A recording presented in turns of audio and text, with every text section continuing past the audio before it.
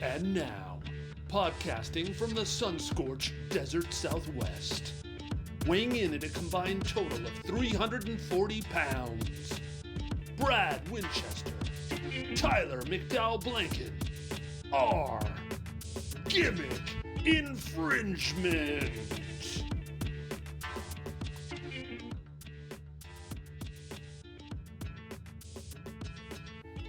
Welcome, everybody, to the Gimmick Infringement Podcast. I am Brad Winchester, and with me, as always, is my tag team partner, Tyler McDowell-Blanken. Tyler, we haven't even caught up yet. I'm hot. The pay-per-view is over. All the pay-per-views are over. It's Sunday night as we record this. I'm trying to save everything for the pod. How are you today? I'm glad you can hear me today. Yes, you sound great. I didn't even have time to establish that. It sounds like you are healing, and that makes me very happy. I think I'm doing okay. That was a very, dare I say, polarizing AEW pay-per-view. I haven't even checked the timeline at all. The pay-per-view ended, I flossed, and here I am now. Polarizing pay-per-view, I would imagine. You and I have some thoughts on it, many thoughts. General in life, I'm doing well. As an AEW fan, as a fan of wrestling, I'm good because there was so much wrestling this weekend. As an AEW fan, my feelings are pretty complex right now. I'm doing okay as an All Elite Wrestling fan tonight. How about you, Brad? Yeah, I just, this pay-per-view was not very good. The second half was great. I should say that. It kind of balanced itself out. I don't even want to say it wasn't good. It was fine. It was definitely one of their worst pay-per-views, but it's, they usually have some incredible pay-per-views. There's some great matches. There's some great moments. There was also some really bad stuff and some questionable head-scratching finishes. And why was this on the show? Yeah, I have a lot of thoughts here. Let's just get into it. We also had Night of Champions, which was Morning of Champions. For us, it started at like 10:30 a.m. So it's not quite the same thing. That was yesterday. We'll get into that, I'm sure, as well. But we'll go with the fresh stuff first tonight. First thing on the docket was the Hardys with Hook defeated Ethan Page and the Guns. This should be fun coming out of this with Matt Hardy in charge of Ethan Page's contract.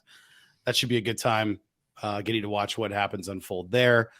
This match was on the pre-show, and it should have been. Yep, exactly right. The outcome was pretty predictable in my opinion. So I had no doubt in my mind that the Hardys and Hook would win. I think they're at a really interesting spot with Ethan Page. I want more for him. I'm hoping that with the addition of collision, that we can see him in a more prominent spot. The whole whose contract, it hasn't really done a lot for me, Brad. Super happy these six guys had a role on tonight's show, even with the buy-in. But coming out of this, I want more for Ethan Page. I think Hook has really his juice, or how excited we are about him seems to have lessened quite a bit. I don't know if you would agree there. Yeah, but if we would think back to, even a year ago, I think the hype around him and how excited we got when his music hit, when we heard Action Bronson, it was really at a strong place. Now, I think he's cooled off pretty substantially. So I enjoy everyone in this match, but I'm hoping that they'll go different directions from here and they'll have just something worth investing in, because I wasn't very invested in this match, but I was happy to see him. Too many tag teams are doing trios things right now, and it needs to stop. So I want tag teams to be tag teams. I understand the trios division's there, but anybody could be in a trios division. If they're a proper tag team, I don't, unless they're freebirding it. Like, I don't really want, I don't know. The Hardys are there. Put them in a match with FTR, have them lose there. Put them in a match. I don't know. There's so many tag teams. Instead, we got these constant feud, triple threat, 4-on-4 things. And Hook is special because he's infrequent, I guess. I want him to come out, kill some dudes, and then leave, and then not show up for a while. That way, every time he shows up, it's great. For sure. I think he's also like his pops in the sense that I don't need to see him in a tag team or in a trio. Him and Hookhausen, him and Danhausen are super fun. I think you and I will both be pre-ordering that 2-pack that you sent me, the what is it, Unrivaled 2-pack on Amazon, October delivery. Those figures I got some loud sighs and some eye rolls, so I don't know if that's actually in fact going to happen. So we'll see. Fair enough. So they obviously had a really fun short run as a tag team, but Hook for me is kind of like when his dad was wrestling as Taz, in that I think he's better as just a solo guy. I think his character is one where he is just a lone wolf. I don't really like him in a trio. Hookhausen is fine, but moving forward, I only want to see him in singles action. But that may be a personal preference. No, yes, I think you're right. I think that character only really works as a solo act or as a one-off team every once in a while. But he's been paired with a lot of people, like a lot of people. And Jungle Boy and him had that program, yes, with the Firm, and of course the Firm lost because the Firm loses everything substantial. So it's totally unnecessary. So next matchup was the Blackjack Battle Royal. I did not like this match until toward the end. There were some great spots in it and some great moments in it, but it was just kind of another Battle Royal. I don't know that you can really do much that's new there when it's a Battle Royal. I thought it was fine. I love that Big Bill got to shine. I love that Ricky. There were a bunch of little storylines that took place and furthered in the match. I did enjoy that, but man, as soon as Orange Cassidy and Swerve Strickland started facing off, it was a totally different thing. I can't wait for that. I think Swerve needs to be the one-on-one for the next match, and I think Swerve needs to win the title. Wow. I love it. They have great chemistry. They do. Holy shit. They tore it down for their few. I don't know exactly how long their one-on-one at the end was, but they absolutely maximized that time. Oh my goodness. And for a very mid Las Vegas crowd, no disrespect to our Nevada-based fans, but it's fine. For that mid crowd to actually get up for those two, like you know those dudes were cooking. Yeah, I saw a couple of people saying, like, if the crowd isn't into it, it's not the fault of the crowd. It's like, well, it's kind of the fault of the crowd. We cheered pretty loud for John Moxley. No disrespect here, but John Moxley versus Evil Uno in Phoenix, when we saw them, the crowd was loud and hot for it. You can get up for any of these matches on here because they were better matchups than that. Because the outcome was pretty predetermined as soon as that was put on the card. So I don't get it, but the crowd was not great tonight. When you can hear individual fans on a pay-per-view yelling and it doesn't sound like they're very close, that's bad. So true. That's real bad. Talk to him. So true. Happened many times. Yeah. The next match on the card was Adam Cole against Chris Jericho. We had the majority of Yaz was out there. Sabu did a falling table spot. That man fell off the top turnbuckle, landed with all his racism and homophobia right on top of people. Roderick Strong was also out there. This finish sucked. What a terrible finish. Horrible. I understand that Jericho's trying to put Adam Cole over super strong, and that Adam Cole was so enraged by what happened to Britt that he'd just beat a man to death in the ring unless they stop it. It sucked. It was just like the crowd was booing. The air went out of an already dead crowd. All of it was just bad. I did love the Brit spots. I do love that Adam Cole got to wrestle somebody that he looked up to that influenced his career in Chris Jericho. I think all of that is great, but I did not like the referee stoppage, and the special guest enforcer was only out there for like 3 minutes. So I think he posed with his awkward old man pose more than he was actually out there. Yeah. So first, going back to I'm trying to go in chronological order. You raised a lot of really good points. For Sabu, I must have been sleeping on all of his homophobia and racism. I had no idea. So when I saw him come out on Wednesday, I actually took time to quote tweet it out of excitement because I popped for it, but I didn't realize. Soon after, people were like, "Oh no, like cool, Sabu's back," but also like these are the same folks who wouldn't allow the Briscoes on TV, but yet you have Sabu. So I haven't even done the research, Brad, but apparently that's legit. That he's kind of a scumbag. Yeah, IRL. he said some stuff. He dropped a hard R in print, and also called somebody another slur. And I'm going to Twitter right now. Please continue. It was delete tweet from Wednesday. Yeah, it's pretty bad, Continue. and it was one of these things where I got you up here. Shout out J10. Shout out to you and all the Miranda Tigers. Amazing. You have to check out the YouTube if you want to see the content. I saw it and I was immediately like, what the hell? This strangely enough, I thought it would be the most racist thing on the card, but I didn't know the band was going to come out and play, but we'll get to that. I have questions, man.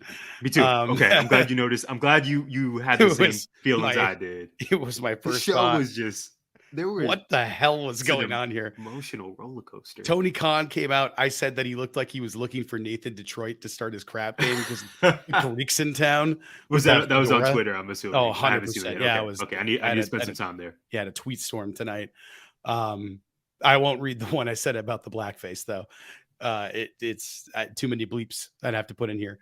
But wow, this match happened. Moving on. It was bad. Can we just quick points here? Sabu as the special guest enforcer. My conceptualizing of his role in this match was that he was going to be there from start to finish. Yes, he was going to be more of a neutral party. Yeah, not an asset to Undisputed Era. Yeah, of Rod. Like he kind of did that table spot and then left. He's not an enforcer if he's on one side. He's just an honorary member of Undisputed. Yeah. So I was confused at that. And like you said, Brad, this is really the first time I definitely raised both of my eyebrows at this show. Chris Jericho typically delivers some heat on his pay-per-view matches. Adam Cole is Adam Cole, baby. This match was just really bad. To your point about, I think we spoke about this off air in our pre-production meeting. The way it ended, that was a kind of common thread for the night. The finish of this match was just super perplexing, and I did not have a good time with it. And then they're going to run it back, but in a mixed tag form on Wednesday, Jericho and Saraya versus Britt and Cole. I'm not really up for that. I suppose that's going to be a prominent match on Wednesday, maybe even the main event. That's not really getting me to tune in. I will, but that wasn't a selling point for me. Maybe I was down on it just like you. Maybe we get a babyface Jade. Maybe she comes up as an original to help out now that she doesn't have a strap. I don't know. I don't care. It's not good, and it's continuing for some reason. And the mixed tag, although that's exciting, I like a mixed tag if it's done well. Not with these guys. Adam Cole and Britt, sure. Jericho and Saraya, no. So we'll see. It'll be a thing, and I'll put it this way: it can't possibly be worse. And I hope I'm not eating my words in less than a week. Next match was also disappointing. And in my opinion, anyway. And I don't know how I can even say that when FTR is involved. I didn't love it. I also didn't really hate it. Jeff Jarrett and Jay Lethal. I don't know, man. There are other younger teams that I would have liked to see just for the sake of a match, for storytelling. It was fun. We had Jeff Jarrett and Jeff Jarrett's wife both delivering guitars. Mark Briscoe ate a guitar and sold the crap out of it. There were some fun moments in there, but ultimately it was whatever, which is unfortunate. Yeah, no doubt. I did not expect for Aubrey Edwards to be the recipient of a guitar shot. That one got me off my seat a little bit. Yeah, me too. Shout out to Karen Jarrett, and then I think she took a little bit of a spill after that. Yeah, but shout out to her. She looks great, and I think it's been. I've actually enjoyed seeing her as a part of this story. But yeah, this match also having these two back to back just were kind of it was a swing and it was a miss both times. I completely respect the work and the careers of Jarrett and Lethal in the ring. Obviously, both are really skilled, but FTR, like you, I would rather see a different team, a younger team in this spot with FTR. I'm glad FTR are the champs. I think that's absolutely the right team to have your gold on.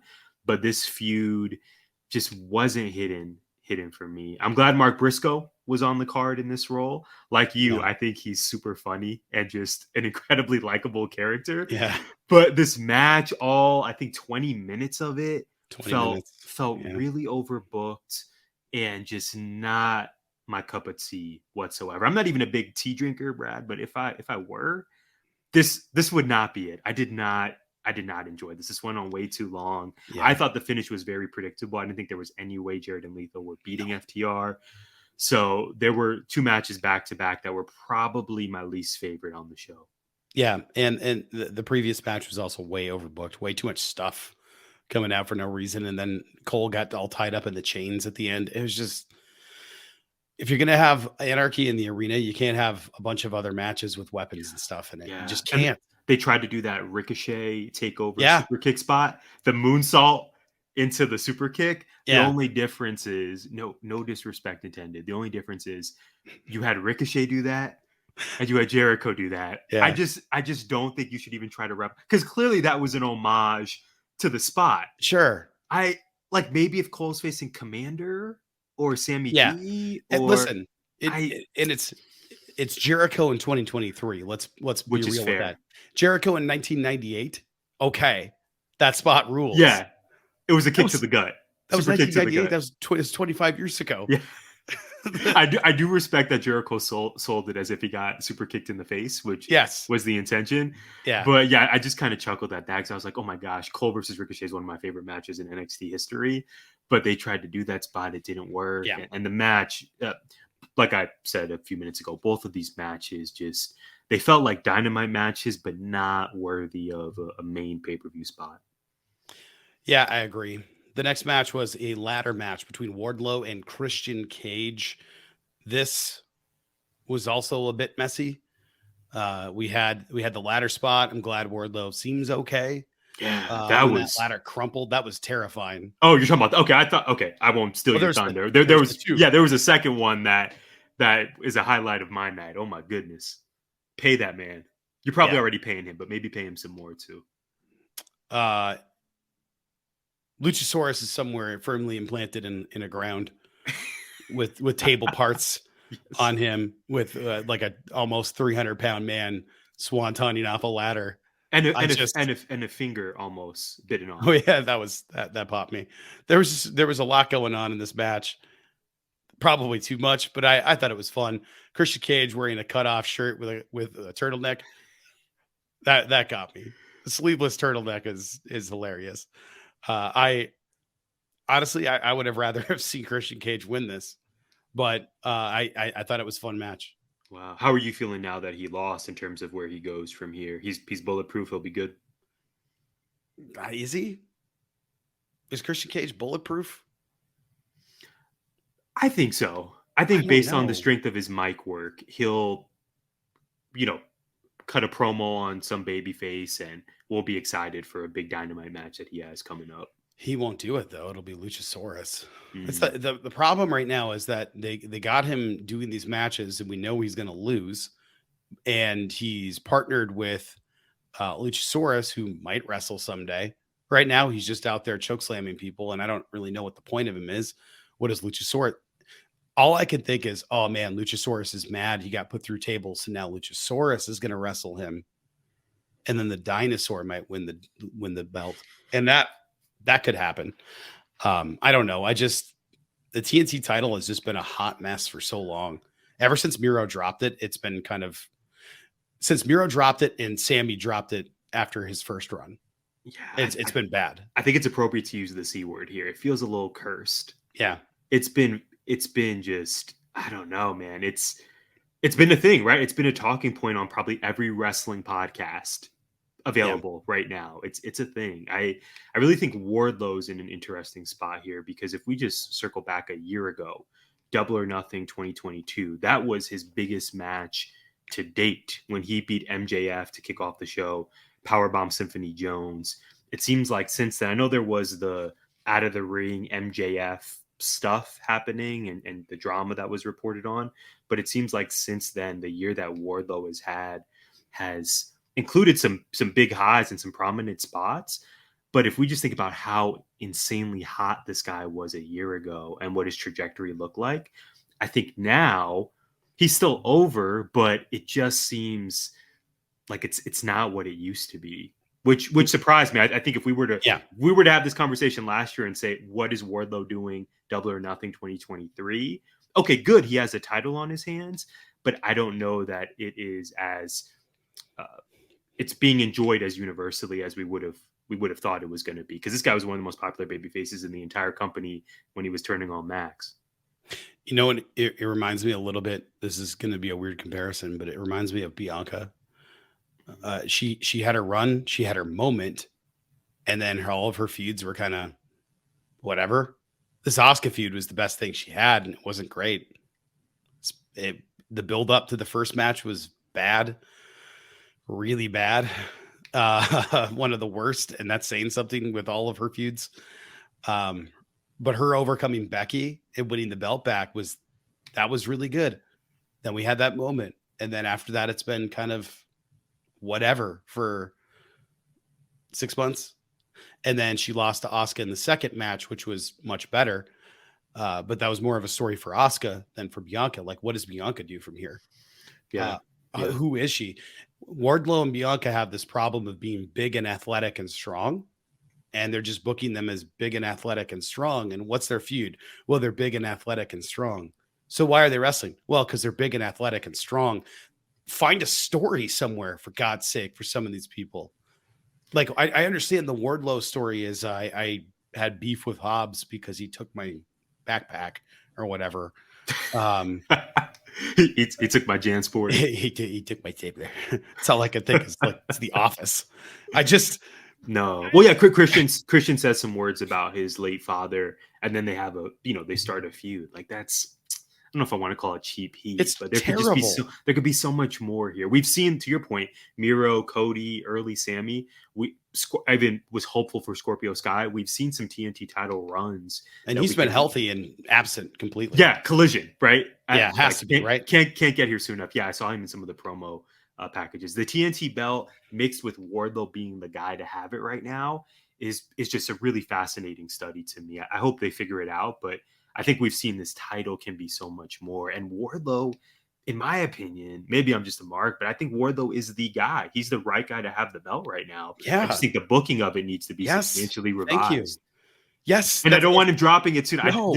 I do not think this man can lose until maybe Full Gear. I mean, we need him to have a proper run to dominate fools and to have some worthwhile storylines. To your point, that Bianca comparison is really fascinating. I would also add Liv Morgan. Liv Morgan had her moment of becoming champ, and then maybe half booking, maybe half fan base. It seemed like we were just satisfied that she had the moment, but then there was nothing else after that. And I think as a fan base, we just sort of said it was booking. Yeah, because not long after that was the Ronda stuff.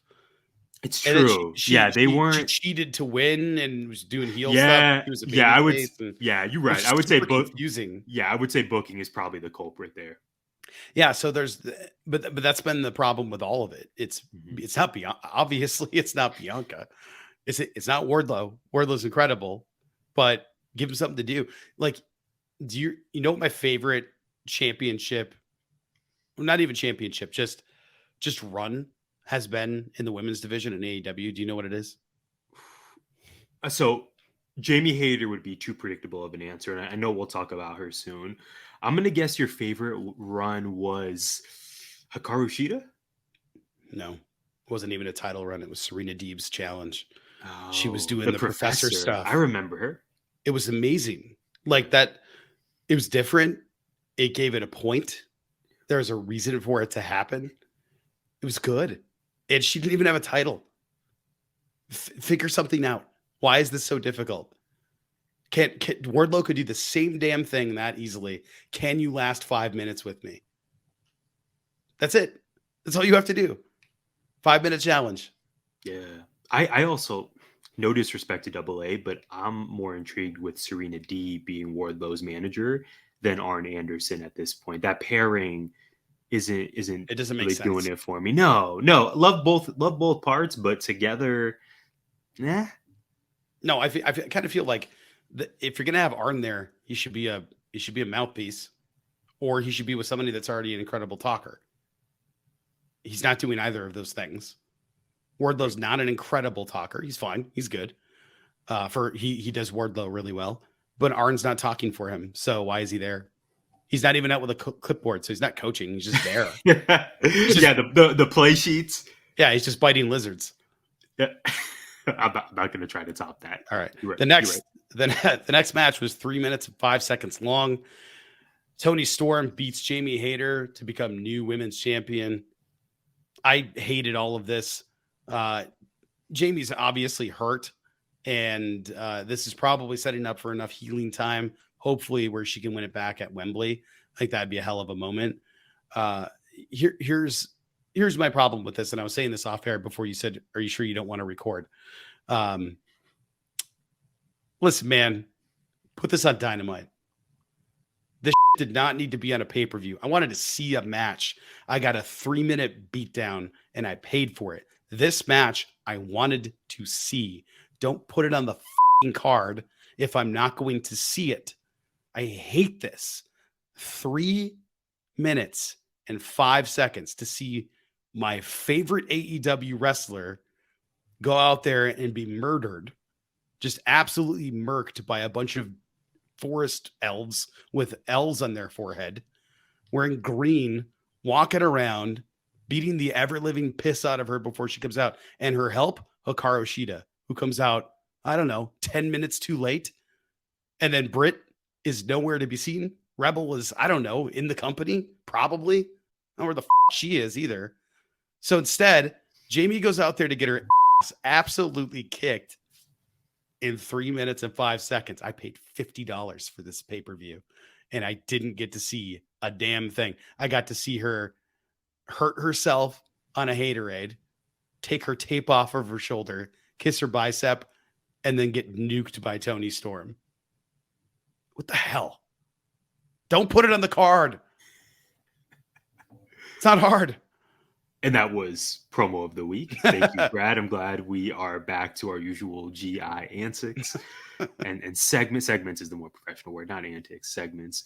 Yeah, man, you have every right to be upset about this. Obviously, longtime listeners and viewers will know that you have been a Jamie Hayter fan for a long time. Dare I say, you've even passed your love for her on to me. And I also am upset at how this played out. This did not need to. No way. No way. Yes. You I told you. I told you. No, I absolutely told you. I pre-ordered it. But I thought you were just talking your talk. Absolutely not. You have the Jamie Hayter figure. How could I not get Jamie Hayter? If you are not watching the YouTube of GI every week, I don't know what you're doing. Come on. It's right that he's presenting it right now. It is beautiful. I'm sure it's even more so in person. Brad, you're very selective about the figures you buy. So this is, again, just a reminder at how deep your love runs for the former champ. Yeah, man, this was pretty ridiculous. On one hand, if we're going to lay down $50, I'm glad that we did see Jamie because I don't think we saw her on Wednesday. But the way this match was laid out, I'm glad we protect Jamie if she is in fact injured, which clearly seems to be the case. But it just, the way it happened, the beatdown, only Shida comes out. 3-minute Jones, it also left me with a bad taste in my mouth. Super happy for Toni. I think she's going to do great things as a now 2-time champ.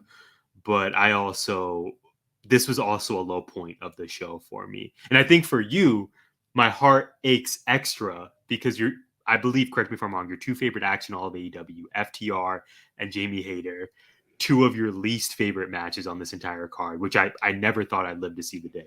Yeah. Yeah, truly. So I have nothing else to add. Let's move on before I get all angry again. House of Black defeated the Acclaimed. This was fun. The rap was great. I love the Dominic reference got me. Fantastic. I stood up. I stood up when I heard it. Max knew what he was doing there. Yeah, that was a right hook. Yeah, anytime you hear the word cucked come out, it's yeah. Also, I believe they popped Brody King with calling him a RuPaul something. RuPaul's Drag Race. Yeah, I can't remember. Yes, Yeah, he definitely chuckled. That was really great. So I love the build up. I thought the match was really fun. I love the sit down Malachi spot facing off with Bowens, who scissored himself, and then all the famousers, just all the famousers, and then the right person I think ate the pin. Billy Gunn getting to shine there, getting his big crowd pops of nostalgia, and then getting his head kicked off by Malachi Black was the right way to go. 100%. I'm so glad you shouted that out. I agree about Bowens. I agree about Max. Love those dudes. I'm so happy these guys were the surprise opponents who took up the challenge. I thought that's where we were heading, but I was like, why wouldn't you just announce that ahead of time? But it was great. I'm so happy that this was the matchup. House of Black rule. I give you extra respect for shouting out Billy Gunn, Daddy Ass. It was my favorite part of the match near the end. Yes. When I think we finally got him and Brody facing off. Yeah. The two Hosses. He no-sold him. Yeah, he no-sold. I think it was a chop. Yeah. And then this was a couple hours ago now, but my recollection is he told Brody, you. Yeah. And then did he hit the famouser? Like, yes, it kicked to the gut and then famouser. And then Buddy hit a famouser to Buddy. Yeah, because Buddy smacked him and then he kicked him and then famouser through the ropes. So good. And then he turns around, fade to Black City. He gave him a crotch chop, turned around, and that was perfect. I'm so glad we can speak glowingly about something on this card. This is where, for me, the event really started to turn around. 100%. I enjoyed this match. I'm really enjoying the updated version of the open house format. The visuals are even cooler. So good. The lights are even cooler now. Like you said, Brad, the right team won. This turned the show around for me. Yeah, I agree. Everything after this point was really good, I think. We'll talk about it. That match ruled. Jade Cargill defeated Taya Valkyrie in, I don't know, one of if not Jade's best match. She continues to get better and better and better. I thought this was great. Seeing her in a submission hold for a long period of time was eye-opening and alarming. And then she won. And 60-0, Mark Sterling comes out. Anybody, anytime. You knew when he grabbed the mic, Brad. Soon as he picked up the mic. Yes. Yes, we got it. That's why I texted you. I was like, "Here we go." I know. I saw that late. We got it. We finally got it. You called it, my man. You were ahead of the game on this one. We get Chris beating Jade, new TBS champion.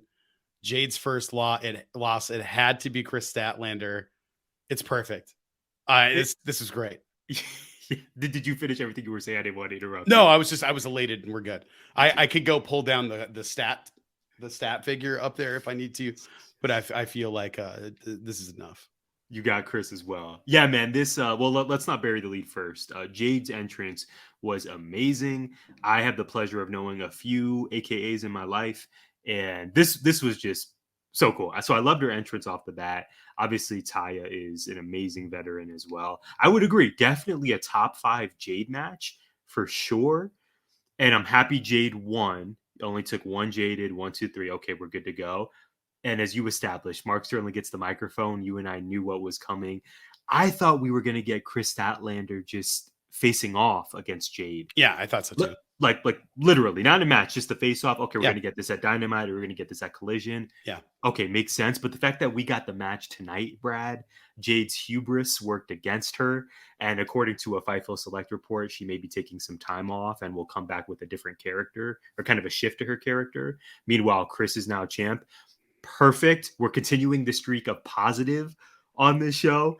Chris Statlander is back. We've been talking about it for months. We put it out in the ether like many other AEW fans, and I cannot wait to see her crush it as champ. This is one of my favorite moments of the night by far, maybe even number 1. Yeah, Jade Ricky Starks herself. There just was no Hobbs to beat her down after the match. It was very similar. It's the same thing. Only great shout. There just wasn't a promo afterward to turn her face. But I'm so happy for Stat. I'm so glad she's back. I know there's some questions of whether or not she'd ever be able to do it again. So this is so good. I love her. I am sad Stat and Jamie aren't in the same company healthy ever at the same time. But eventually we're going to get that match again, and it's going to be incredible. Goosebumps. I can't wait for that. I have a feeling Mark Sterling's going to be looking for work, or, Yeah, or probably just solely be with the varsity athletes. I'm thinking that might be the end of Smart Mark and Jade's affiliation. Yeah, hopefully we get a year fired and I'm taking some time off or something. That just some video package. There'll probably be like a post match thing that was recorded that we'll see on Dynamite. I'm hoping that's what they do, and then she just takes a much deserved vacation. It's gone for a month or two. Absolutely. MJF, man, they retcon this thing in a co-main event, which we found out about for the first time right before it happened. MJF defeated Sammy, Darby, and Jungle Boy Jack Perry. This is a fun match, man. Like, I had high expectations for this, and it outdid them. I don't have anything to say other than I loved it, except for one spot. I hate when they do those. Oh, I kicked you. Let's all kick in the air at the same time, not hit anything, land and look at each other. I hate that shit so much. It's just like, what was the point of that? Why is the crowd cheering? You all whiffed. You're all bad at that. Stop it. I don't like that at all. It's too choreographed. I don't mind the choreography. AEW does this thing where it's like, this person does a move, then this person hits that other person, and then everybody like takes out the last person to do something, and then everybody collapses and the crowd gets up for it. I don't mind those. Those are fun. But when it's just like I don't know what do you call that? They were all missed. They toe hugged. I don't know what the hell that was. But other than that, I thought the rest of the match was incredible. For sure. This was my match of the night on our Twitter poll. Too. Our Twitter poll at GIPod19, we asked our audience which match they're most looking forward to, and Anarchy in the Arena ended up winning, to no real surprise. But I actually voted for the Four Pillars match because I just had a feeling these dudes were going to create some magic together. They got time, Brad, nearly 30 minutes. Yeah. And there were just so many moments where I was like, especially 20 minutes on and after, I thought to myself, I'm just winded watching these four go to work. I have no idea how they're executing such magic in front of us. MJF won. That was very predictable. But the entrances, the Darby vignette with the Elvis gear, MJF with the women, like just to be honored in his presence. A Jungle Boy has great music. Sammy's going to be a father. The fact that they've turned Sammy into a babyface over the last few weeks is also pretty incredible because the fan base has been super critical of him. And you and I have spoken about this on air and off air, to the point where it seems like it's pretty personal. It's not just the character of Sammy kind of being an annoying dweeb. It's like, we know the relationship stuff, and there's still a lot of the fan base that just has a very visceral reaction to him, which I don't understand. I've always been super high. It's been since the TNT title. Since they screwed with it. Yes. Literally. And ever since that moment, people have been like, you've ruined the title. And I think the heat just came off of that. And it's like, no, bleep you. You ruined this thing. You made a mockery of the professional wrestling business, which I find really weird to get mad about. Like, it's a prop. Yeah, we've seen it on TV. You and I have heard it live in person. Yeah. It's very strange to me. But that being said, super happy for him to have this moment. For him and Ty Mello to be having a child. Obviously, that's incredible. For him to really get his flowers tonight in particular, I was like, did I just jump into Time Machine and we're back in 2018? Like, the crowd is popping for Sammy's, ridiculous athleticism. So I really love this match. Just incredible athleticism, incredible storytelling. There are so many stories with these four guys. The fact that MJF covered Darby the way he did to give a shout back to their match, I think at Full Gear, it was just really great. And like I said, this was easily my match of the night. I really, really enjoyed these four. Yeah, Jungle Boy potentially turning heel. Like, you can go a lot of different directions from this.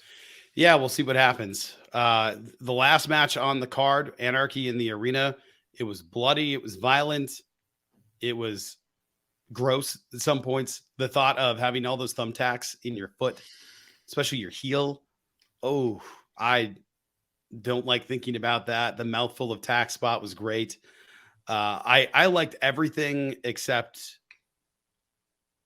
the post match. I didn't really have a problem with the finish. I mean, Takeshita showed up, uneven odds after that match. It was kind of a distraction finish, but when there's no rules, I mean, it's not, is it really a distraction finish? And I'm fine with it. It sets up blood and guts. And the thing that bothered me, Tyler, about this is the post-match angle, because there really wasn't one. Takeshita was there. If you're going to stand in the ring for that long and not do anything, AEW has always done this where they've had people in the ring, they get cocky, the heels get cocky, we won by some nefarious means, and then there's a debut, a return, or whatever, something happens, we got nothing. We got Takeshita standing there in silence. We got an awkward still shot of Kenny Omega, which looked like a glitch because it was on there for like a 1 second and then went back to John Moxley saying inaudible things to the microphone. I hated the way the show ended. I thought it went out like a wet fart. It just wasn't good. I was just sitting there going like, okay, something's going to happen. Something's going to happen. It wasn't like they were walking to the back and the music was playing them off. They were just sort of standing there. And I was like, oh, okay, what's next? Why would they line up behind the ring as though somebody was about to come out? I thought that was really strange. And then to have nothing happen at all was really, really weird. So I hated the end of the show. I didn't mind the end of the match. I thought this match was a lot of fun. I thought Wheeler Yuta proved that he belongs again, despite him always proving that he belongs over and over and over again. So I have no real problems with what happened in the match. I thought it was a good match. I just hated the end of the show. Mm-hmm. Shout out to Yuta getting the pin. I did not see that coming. He pinned Kenny Omega. It's a great look for him to even be in the match, but for him to be the one that pinned Kenny Omega, I did not foresee that. I thought BCC would win, but I did not think he would be the guy to get the 1, 2, 3. So big ups to Yuta for that. I thought the exploding super kick was probably my favorite part of this. Of course, Claudio swinging. I forget if it was Matt or Nick, but swinging one of them in the arena was super cool. The pile driver on the pickup truck, all fun, all great. But yeah, like you, the show, so much of I think how we perceive events is how it ends. Takeshita turning on Kenny, predictable, but good. However, as you so astutely pointed out, the framing of this, where the heels are in the ring celebrating and it's lasting on and on and on, as a wrestling fan of AEW, of WWE, of Impact, of anywhere, New Japan, that's usually a sign that someone is going to come out. Like you said, someone's going to reappear. They're going to make their comeback, or we're going to get a debut. We know there's a lot of names in the ether right now. CM Punk, Kota Ibushi. So I think like you, Brad, I'm already thinking in my mind, okay, which one of those two is going to come out? Or is there someone I'm not thinking of? Yeah. Not even questioning that the show may just end based on what I'm seeing. I'm thinking there has to be something more. The fact that there wasn't really impacted how I'm going to view this pay-per-view, and not in a glowing way. Like you said, the finish made a lot of sense, and I think for sure setting up blood and guts, but the post-match situation just to you felt not clumsy, but super awkward, and just made me feel like they were promising something that they didn't end up delivering on. There was a lot of that tonight. That's the thing about the show. It was just, like there was a lot of talk about it delivering big and it having, I don't know, really hitting. I mean, it's one of their biggest shows. I mean, they only have 4. But Double or Nothing, we talked about this before. It's your favorite show of the year, usually, easily, and it's Las Vegas. It's got the casino theme. I don't know. I feel like a reward for the audience, if you're going to do all this stuff, is some sort of jackpot related thing. We didn't get that. I thought for sure we were getting CM Punk or Kota Ibushi or something like Miro coming back would have been great. Somebody should have come through that curtain, and instead we went. I don't know. I don't know if we kept a running count, Tyler, of how many times we predicted somebody would show up to a pay-per-view. Bray Wyatt's return. Like we're like 4 for a million. Yeah, I we're think. probably batting 100 or 50%. It's not But great. no, but the good thing is we get to do it together. Are you tired of placing bets alone and not having anyone to talk to about your predictions? Do you want to connect with other sports bettors and share your winning strategies? Then look no further than Sharps, the social network for sports bettors. With Sharps, you can connect with friends, see what they're betting on, and even interact with their bets. The iOS app connects to all major sports books and daily fantasy platforms like DraftKings, FanDuel, BetMGM, Prize Picks, and Underdog. Here's the best part. If you download Sharps now and use the promo code WIND338, you'll receive access to the community to start showing off your betting chops and an opportunity to compare your bets with us. So what are you waiting for? Download Sharps today. Use our promo code WIND338 and start connecting with other sports bettors. Don't forget to share your winning strategies and interact with other users' bets. Join the social network for sports bettors and take your betting game to the next level. I have not placed a bet over a week, Tyler, because I have been getting my ass kicked on these bets. I would have bet the Heat for sure at the start of this series, and here we are. It's incredible. Denver is still winning the finals, but Yes. I have literally no idea who they're going to be playing as of this recording. I don't know who's winning Game 7, Brad. No idea. At Boston makes a lot of sense, but I can absolutely see the Heat pulling this off. Yeah, I mean, they were less than 2 seconds away from, or a little over 2 seconds away, whatever it was. Literally 0.1 seconds. Yeah. 0.1 second. Derek White tips the ball back in. Yeah, crazy. It's nuts. Basketball.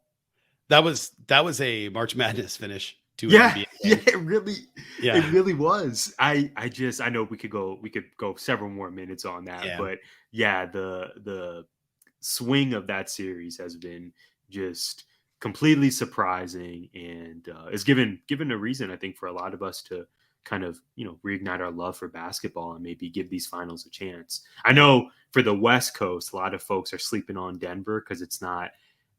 We're just not used to seeing Denver in this position, but the quality of basketball right now is amazing. So I'm so glad I have you to talk hoops with, and hopefully our listeners are checking it out. Hopefully our listeners are engaging with Sharps, and I think we're going to have a really fun finals coming up.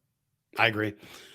Okay, so WWE had Night of Champions, otherwise known as Morning of Champions in Arizona. This was, I thought, a really good pay-per-view as I burp into the microphone. We have a new champion in Seth freaking Rollins, who defeated AJ Styles in a very fun match. I loved this match. It was a great way to open the pay-per-view. Seth Rollins, once again, holding world title gold, even if it is diet world title gold. What'd you think, Tyler? This match was super good. Love both these guys. Of course, future Hall of Famers. Predictable finish. So I had no doubt in my mind that this title was created for Seth Rollins, in my opinion. It's still want him to have that WrestleMania main event and win that other top goal, but I think he's going to do great things with the diet championship, as we may be calling it here. Yeah, the match was really fun. These are two pros. Seth gets the victory, makes all the sense in the world, and I just thought this was a really great opener. I felt some heartburn when we got this announced as opening the show, because I was of the mindset that to really establish this belt, you want it to go on last. You really want to make a statement. And if there were two guys on the roster who you trust to have a banger of a main event at a big show, Seth Rollins and AJ Styles, I think, are two prime candidates. So my heartburn subsided when we saw how the show ended, because I do think it made sense there. But yeah, these guys knocked it out of the park, and I think Seth is going to do big things with this role. I thought they could have flip-flopped the Asuka Bianca match with this match and had that one go on first, and then maybe even move Brock down, Brock and Cody, because that was whatever. I don't know.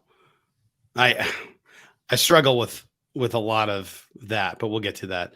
Trish Stratus defeated Becky Lynch. The match was fine. Nothing. It wasn't a bad match. It was fine. It was a Hall of Famer against Becky Lynch, and that came with the help of a newcomer. Becky Lynch is bulletproof and is always bleeding from the face. And Zoe Stark getting some shine on the pay-per-view. I thought that was awesome. Excited to see what comes of that because I think those matches are going to be great. So yeah, I liked all of this. I either of them could have lost and it didn't matter. Zoe Stark being involved mattered. Yeah, I definitely think they're running this back. Probably a big match on the SummerSlam card. Zoe Stark joining forces with Trish makes all the sense in the world. I am so happy for her. This is literally the perfect position for her to be in, to have an impact on Monday Night Raw right out the gate. Trish looks great. Becky did her thing. This Callback here. Yeah. This was really fun. I know there were some parts that were maybe a little awkward or sloppy, but the fact that we in our Lord's 2023 get to see Trish Stratus in a big singles match on a pay-per-view, like I had to take a moment and really check myself and think, like, no, this was absolutely my childhood. Incredible. Yeah, this is absolutely my childhood crush, who not only can still go in the ring, but is also still beautiful. And I still have a crush on her all these years later, but now as a grown man and not like a pubescent kid. This was a blast. Honestly, I really enjoyed this. And I think Becky is definitely going to win the rivalry, and we're going to see these two in the ring again. But even branching off, when we eventually get a Zoe Stark versus Becky Lynch match, and maybe that's when Zoe goes over after Becky beats Trish. I just think there's a lot of good that we're going to see from this rivalry play out for summer heading into fall. Totally agree. Really excited for the future here. This match was short, 8:35, but Gunther, the ring general, defeated Mustafa Ali in a land filled with people that look and sound like he does. And I don't know why I thought there was a chance there, and they sold me a ticket. You thought so? The ticket was sold. Yeah, but it was 3/4 of the way through the match. The ticket was sold. Going into it, I was like, "There's no shot. Gunther's going to eat this man alive in front of all of the people that are going to be cheering for him," and that's ultimately what happened. But I thought this was great. Gunther continues to be maybe the best wrestler in the world. He has had a good match with every single style they put in front of him. I can't think of a bad Gunther or Walter match. I can't think of a single one that I've seen. Not one. Can you? I got nothing. No, you're going to get no argument from me. He's the ring general for a reason. He's him. Like, I think this guy is future main, WrestleMania main event. He's that good. Absolutely. You could put him in the main event now for the IC belt. He has made that belt probably the second best belt in the entire company. And I think we have an extra appreciation for him because we saw him live in Tucson, and he just has a very special presence. Yes. The chops are great. The entrance is phenomenal. Oh my God, it's so loud. But there was something different. I mean, obviously we were just in awe of every wrestler we saw. It's like, oh my gosh, I see that person on TV, and now I'm only, 30 yards away from them. So that's already pretty special. But I remember being in Tucson, that house show, and there was just something really different about him. And I think he's only validated that and proven us more right with his performances. I mean, because we saw him July 4th weekend when he was a month into his IC reign. Fast forward a year later, almost a year, and he's put on some banger performances. I love Imperium. Marcel Bartel. You said Gunther's probably the best wrestler in the world.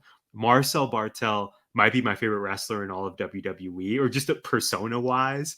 When he opens the entrance, and I don't think we saw it on Night of Champions, but the robe twirl, I love him so much. I think he adds so much to the Gunther character. I did not have a ticket sold during this, but I'm fully on board with your Gunther love, and of course Mustafa Ali as well. I hope he gets gold at some point, but I'm not super confident on that. I'm not either. I also don't know that he needs it right now. Mm-hmm. He's getting TV time, which is an improvement from where we were at a few years ago. I'd love to see him be the one to beat Theory. I think that would make a ton of sense. His promos about being U.S. champ have been money. Yes. Also, he should be U.S. champ. That's an American dream person right there. And I think that would do a world of good for his image, for a variety of people who feel underrepresented in America.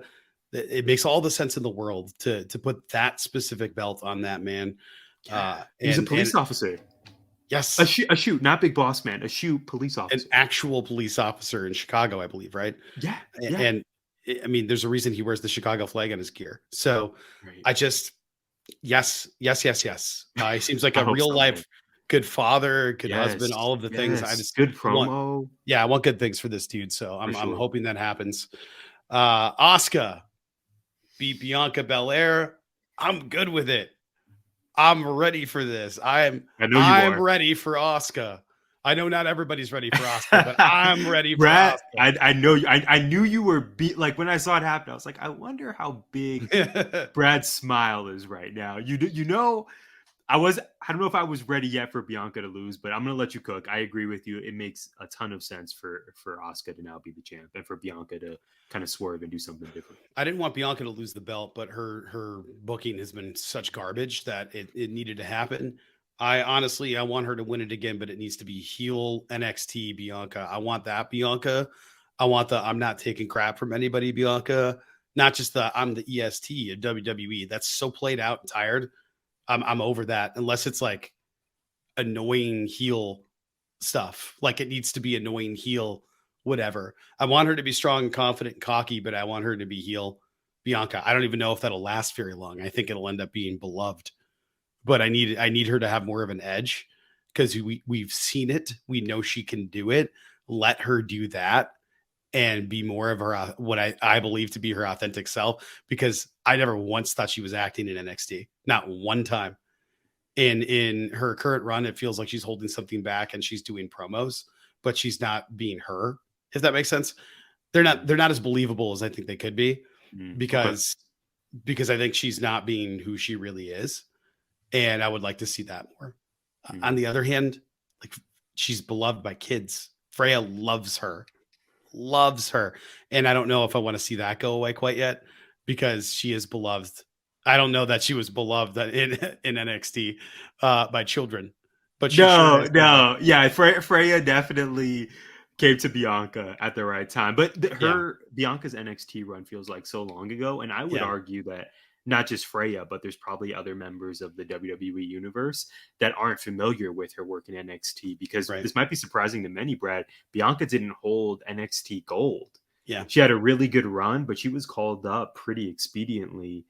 She had a match, I believe, with Shayna Baszler at a takeover when she was starting to shift from being a heel to a babyface. She lost to Shayna. I think she passed out in Shayna's submission, but she never held gold. So I agree with you. Bianca as a heel would be magnificent. I don't know what that means for the sales of her children's merch, but I would buy the merch. I would tune in. I'm here for it. I think it's needed. She's had an amazing run as champ over a year. I think much like some of the other wrestlers we've spoken about tonight, it's time for her character to shift a bit and just get some revitalized energy going. Yeah. I don't even know if there was that much of a shift that's needed. It's just she was, I don't know what the word is, sassier. Mm-hmm. She was so much sassier. She had the head swivel, the auntie finger pointing was going on. Like all of those things were happening in NXT. Do you remember when she interrupted Charlotte when she was there Yes. with the, Yeah. that's I mean, the Bianca I want to see on the main roster. She yeah. was awesome. You keep the She's EST just doing this at identity. You people like just holy shit. change how you present it. Yeah. I mean, Yes. she's one of one. I think she's the face of the company. Yes. I completely trust wherever they're going to go with her. I don't. I hope they figure it out. I because they've proven literally nothing to me so far other Yeah. than they don't know how to book her correctly after she wins the damn belt. They Yeah. peter out so hard and then it's just repetitive nonsense. It's Yeah. somebody cheated. Now I'm going to go out there and just hoss them. Somebody cheated. Oh, I'm going to be a hoss. She had her eyes poisoned through like 2 or 3 times to get the victory. Asuka had to do that to get the victory. That's fine. But what are you going to do with her now? Is she going to get, is she going to hoss somebody again? Like do something different with her.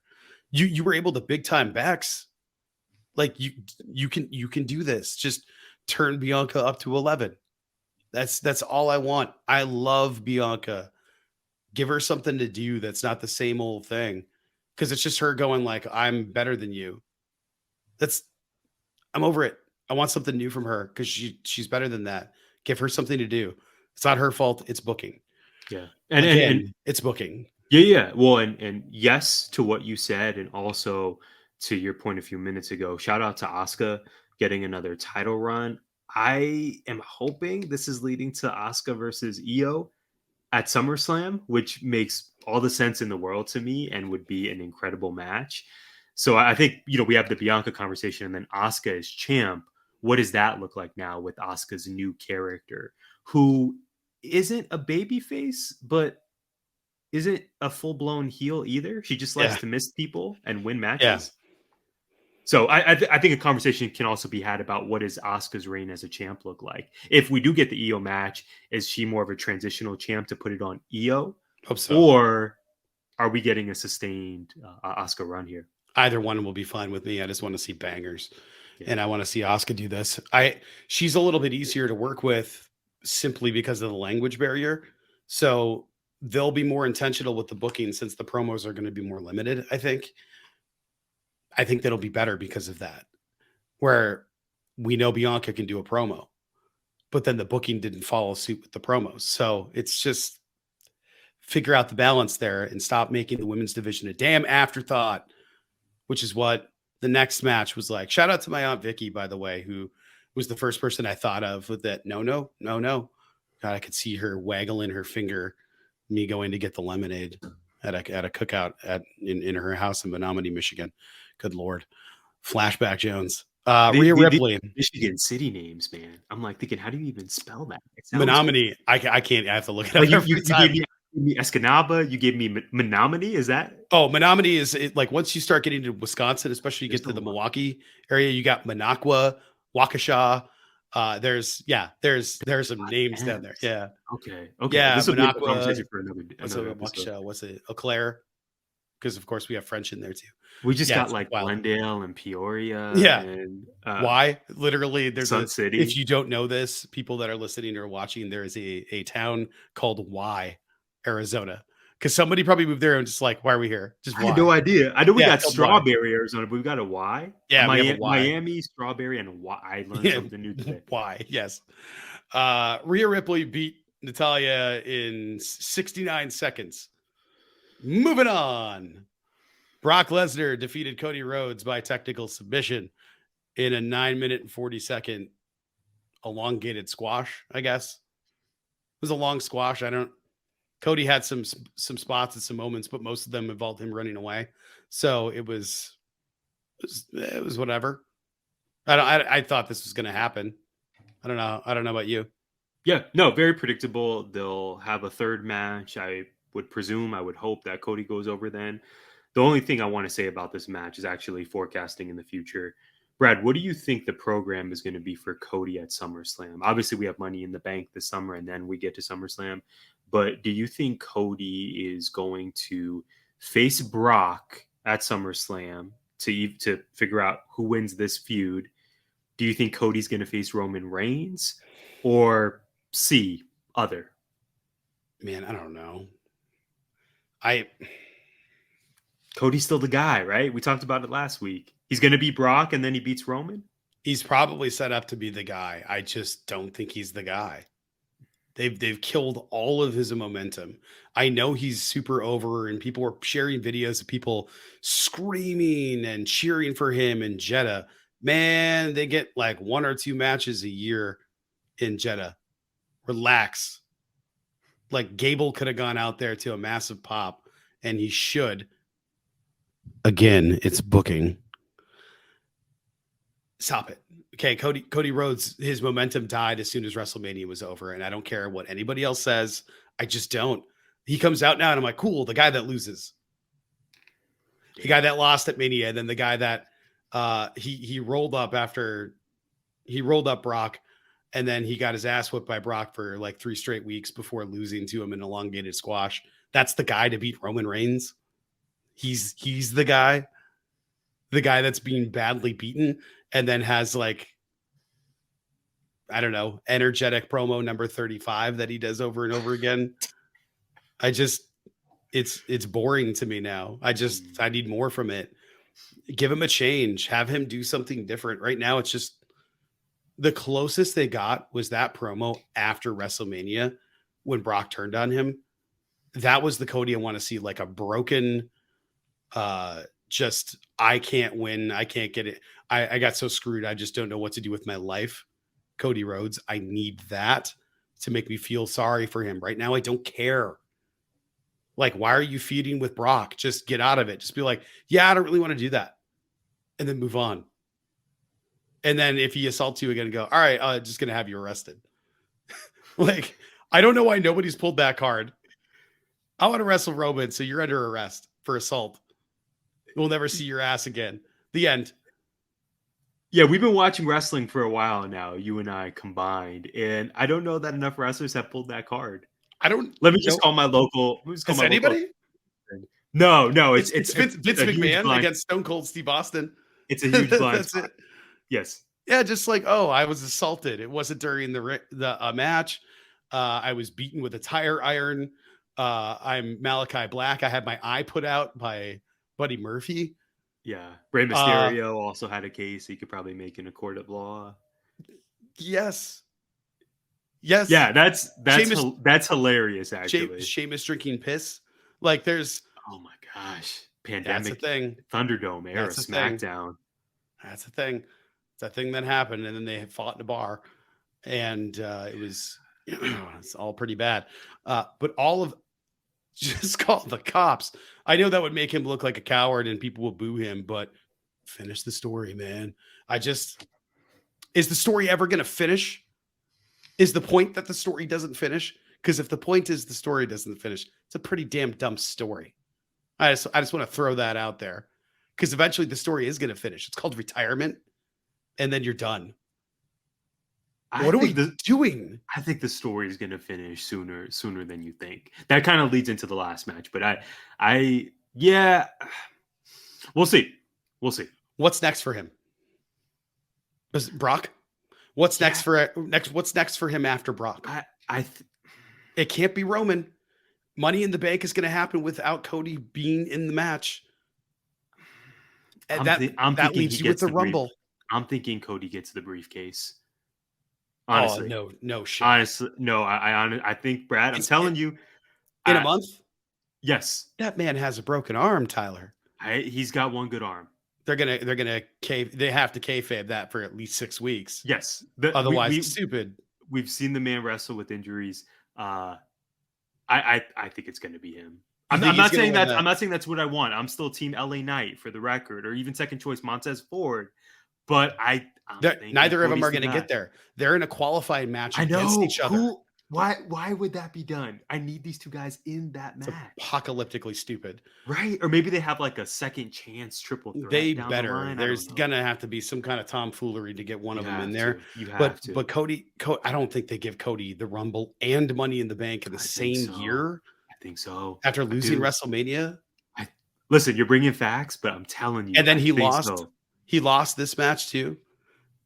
What qualifies him to be in this? They're going to have to do some serious convincing here, because there's Brock Cody 3 is absolutely not happening on Raw or SmackDown. Right. It's not. That would be wild if it did, but yeah. But is it Money in the Bank the next pay-per-view? It is. It's going to be there. Or he's not going to be on it at all. Or Cody and Brock are both going to be in that match, and neither of them are going to win it, because they'll be beating the piss out of each other somewhere in the arena. If Brock wins Money in the Bank again, I think I'm just going to quit watching wrestling. I think that might be what does me in. I respect the man and his body of work, but I hope he is not in the Money in the Bank match this year, because I always think if Brock's in a match, there's at least a 50% chance he's winning. At least. Yeah, I need Cody to do something else here for me to believe that he's worthy of beating Roman Reigns. Right now, no. He's not even top 5 for people that should be winning that belt from Roman Reigns right now. He's like, no, he already lost to Roman. He's losing to Brock. He's just losing constantly. And they're like, well, you got to lose to win. Do you? Do you have to? Is that how this works? Because you could have fucking won at WrestleMania. But here we are still talking about it now as he loses to Brock with a broken arm in a 9 minute and 40 second squash match over in Jeddah after he said in an AEW interview that he'll never wrestle in Saudi Arabia because he cares about his talent and blah, blah, blah. There he is getting blood money in the bank over there. So he's, my God, man. So whatever, I guess. Whatever. Cody sucks. I'm over him. That's where I am. Done. Man, you are cooking. He's an American nightmare. You got your voice back, and this is a new character, a new shift to Brad on GI. Man, we're gonna revisit this. So many people love him right now, and I don't get the appeal at all. What is his appeal? Getting his ass kicked repeatedly? His appeal is losing. His appeal is ending racism. Like he has done that a couple times. Yes, you're not giving him enough. Think about where he was when he fought Seth in the cell. He came out of that to the Rumble, and we were like, it's got to be Cody, and then it was. We're like, here we go.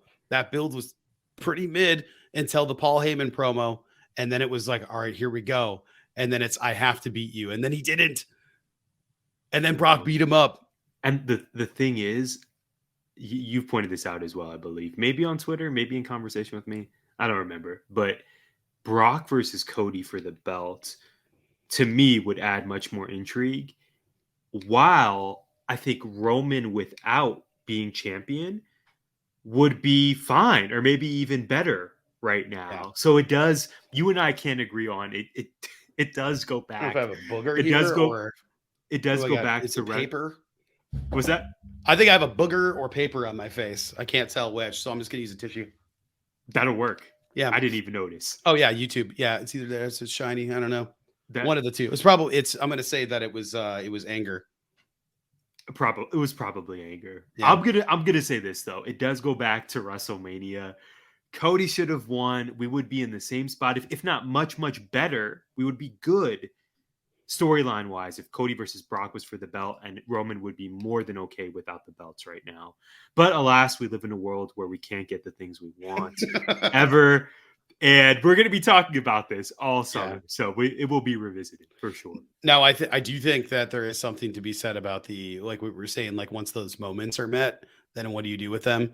So I do think the Cody Rhodes thing, conversation, yeah. If he won, then what do you do with him? Yeah, we talked about that. Yeah, and I just it very much feels like there's no plan right now for anybody, and I hope I'm wrong, but right now I just don't care. Like I'm steadily losing interest in what's happening. I just want to see what happens with Jimmy and Jay and Roman and Solo. Do you think any of those people are the people to beat Roman? I just don't. No, Jay winning would be incredibly cathartic, but I don't think that's going to happen. So I want to see how that plays out, but I don't. What's the title story? They just don't have anything right now for that. So yeah, and if it's not Cody, I just do not envision anyone else even being considered. I know you mentioned there could be 4 or 5 people ahead of Cody. I don't even know who those people would be. I mean, you and I, or maybe even me specifically, I think this was our year-end recap for 2021. I was thinking Braun Breaker is that dude. And ain't no way Braun Breaker is going to be him. I don't think it's going to be Montez Ford. I don't think it's going to be LA Knight. I don't think it's going to be Finn. Maybe Seth. But again, he has another belt right now. There's just there's no reputable challengers. I think hence why we had Roman in a tag match at Night of Champions, which ended up being a great story progression. But I think also in part because there ain't no one who can challenge Roman right now and have it be believable. I mean, there's Damian Priest sitting right there, and it's Judgment Day against the Bloodline. There you go. They haven't pulled the trigger on that doesn't make any sense to me. Like we could run Roman versus Logan Paul too. We did that once in Jeddah, right? There's probably nobody above Cody right now. It's just Cody's also, the more he loses like this, the more they put him in stuff like this where he's just getting beat up, the less credible he becomes over time and the less I care about it. Like wrestling's supposed to be about rooting for the underdog, but the underdog has to be a clear underdog. Cody's not a clear underdog. They're trying to make him an underdog when he isn't. The underdog story was getting back to the WWE. He's back. The underdog story is winning that belt. but you're taking that. And now it's like, it's not even believable that he will. They're treating him like Kevin Owens against Roman Reigns, where he'll get close over and over and over again and lose. And Kevin Owens has been okay because he's done other things. Cody's not doing other things. So what are we doing? Yeah, WWE has an interesting history of doing that with baby faces. Really, just how they build baby faces. As a fan base, I think they have this notion that we like to see baby faces lose and lose and lose, so that when they eventually win the big one, if they do, it's just going to be an absolute moment for them. I don't know that that's always the case. I want to see the baby face look unstoppable and then actually get the job done. Yeah. When they keep losing, they just kind of look like a chump, and then I don't really believe in their rise to the top. Cody's going to win that belt, but the way that they booked him as of late, it's going to be, I don't know, a year before they can build him back up, and he's never getting to those heights ever again. Not ever. I just don't see it being possible. The heights he was at WrestleMania, like the world was behind that dude. Now it's like, Cody Brock 3. We had Cody Roman 3 or Brock Roman 3. So why not, or 9 or whatever it is. Yeah. We had Cody versus Seth 3. Right. Yeah. And that's fine. I don't mind the trilogies and stuff, but there was never a rematch. Seth never got a rematch. Yeah. And that also, I know we're really just digging deep here, but if Cody would have won at WrestleMania, I think that also makes Seth look a little more legitimate too. Because the fact that Cody lost to Roman was like, okay, but then why did you have Seth lose to Cody so often? I can respect it if Cody's just unstoppable and he's the guy who beats Roman. So yeah, he beat Seth a bunch of times. Like you lose to the best, but Cody losing to Roman just made it feel like, well, Seth took all those L's for what reason? If Cody wasn't gonna go all the way with it. I think there's also just there are tentacles as part of this story as well that I don't like how it's played out there. They need to get Drew back. I think he's going to be the Seth match at SummerSlam. Heel Drew. If there are two people that I think could help out here, that would be the most legitimate contenders. I think Drew getting a rematch because he hasn't had a rematch since Clash. That would be a good one. I'd love to see heel Drew, but Drew versus Seth as a heel. Drew as a heel, I think makes a lot of sense. But I'm really hoping, and I know that this is kind of a long shot here, but it's Big E. There's really nobody else. And the way that they did Big E versus Roman last time, that's the problem. It's like you have to build somebody to be a believable, credible threat to Roman, but all the people have been beaten by other people pretty handedly or by Roman already. We got Roman Sheamus at one point, I think, but I can't remember. Yeah, in the history of WWE, several times as head of the table, tribal chief. Yes. I would have to look that up. I don't know that we have. I mean, I don't know why you don't do that. Yeah, that would make a lot of sense. Gunther has the IC belt, but have him challenge. Why can't he go for another one? That would be good. If he just showed up and was like, it's on. Yeah. Yes. Imperium, Bloodline stuff. Yeah. Yeah. So, I mean, there's a lot of avenues to go there that I think there are people. I guess here's the difficult part. I guess this is the part that I should clarify. All the other people that I would put ahead of Cody in terms of like who I want to see fight Roman already have gold. Or I don't really want to see them. I think Austin Theory versus Roman Reigns would actually be a very good match, but I don't want to see it. Not right now. Not these versions of these characters. But yeah, I don't know.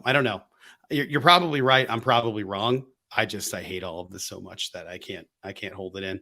Now that we're $1.18 into this thing, let's get to the main event of Night of Champions. And that was one of my favorite moments of the weekend. Kevin Owens and Sami Zayn beat the Bloodline.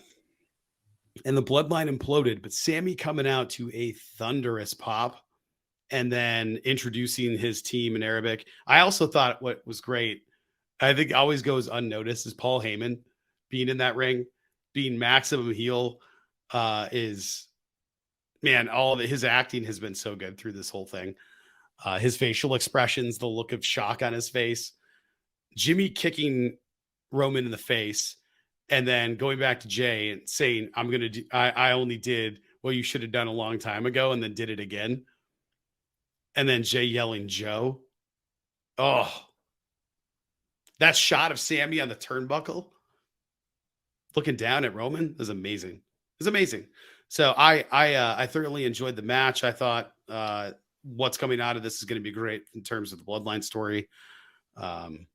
There were several moments in this that I thought were great. A lot of kind of the same stuff we've seen with these matches over time. You could kind of interchangeably put Solo and Roman in there with the Usos, and you're going to see the same match. But it was still a lot of fun. Yeah, this was a blast. Like you said, the match was fun.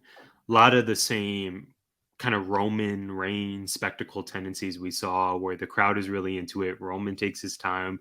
We get cheers, we get boos.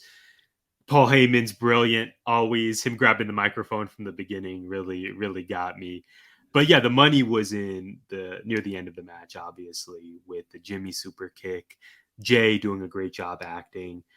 The camera shots, as you pointed out, this was really great. We are actually seeing the implosion of the Bloodline. I really had to see it to believe it, Brad. I thought there was a healthy chance that they were just going to swerve us and continue just this slow burn of the disintegration of this group, but they're not. It seems like this summer is really going to be the summer that changes everything. So I'm absolutely here for it. It's giving me a reason to tune into SmackDown. And I thought that this was the proper main event for this show. As much as I kind of fantasy booked Seth Rollins versus AJ in this slot, and I wanted it as recently as this weekend, the way that I saw the show play out, I completely support this going on last. Good for Sami and KO retaining. I'm hopeful that we'll see something really tangibly great from their tag team run. I hope they have those belts for at least the summer. And then in terms of the Bloodline, yeah, man, I think we're really off to the races here. I don't know. And this is why they're going to get me to tune in. I don't know if Solo stays with Roman or if he ends up joining his brothers. But if we end up getting a tag team match of the Usos versus Solo and Roman at some point, I think that's going to be money. So this was a really great finish to a solid show. I'm trying to get this fly that's in the room here. We got a lot tonight. We got boogers. We got flies. I've already been thinking about. I was just looking up censored graphics so I can put it over my nose for whatever part of the show. Perfect. There's just a booger hanging out of my face. Just what a mess. What an absolute mess. Night of Champions, Night of Boogers. Didn't even know. Night of Boogers is a decent title. I believe that's what it's going to be called here. Yeah. That'll work. In that case, I better leave it in. Embrace the mess. Embrace the mess is exactly what I was about to say. You know the deal. You know the vibes here. I am excited to go in terms of what did we miss. I missed the entire NXT pay-per-view. I am excited to go back and watch Isla and Dijak cut it up. I heard that match is great. And I heard there's some other stuff on the show that was really, really great, especially the first half. So excited to go check that out tomorrow, probably, maybe later this week. But there's a lot of incredible wrestling this week, Tyler. There's a lot of not incredible wrestling as well. But you know what? It gave us something to talk about. It absolutely did. Yeah, man, I'm going to have to check out NXT as well. I saw the Tiffany Stratton one. So we are living in the Tiffany Stratton era. I was just wondering if that was like an ant on my screen or if that was a fly in your home. It's the latter. You just grabbed it. I absolutely missed. Now that's taunting me. It landed on the back of my hand. Okay, I think it's time to go. It's time to go. This was something. Brad, I enjoyed seeing you. Man, happy summer. You completed another school year. I think that's a note to end on. That is something we missed. So again, shout out to you. Shout out to all of the Miranda Tigers out there. I can't wait to hear how things ended for you. I'm sure we'll get into that in another edition. But shout out to you, man. Another year down. So grateful for you. And hopefully those of you listening and seeing us right now, you know how grateful we are for your love and support. Thank you so much for being here. If you haven't already, you can follow us online. We're at gimmickinfringementpod.com. You can also find us on Twitter. Brad is at Wing Duster, and I am at Tyler J. McDowell. We love you all, and we will see you soon. Gimmick Infringement is a part of 19 Media Group. You can listen to us on Good Pods, our premier partners, and Apple, Spotify, iHeartRadio, or wherever you find podcasts. You can also find us on YouTube via the 19 Media Group channel. Please like, subscribe, comment, and share.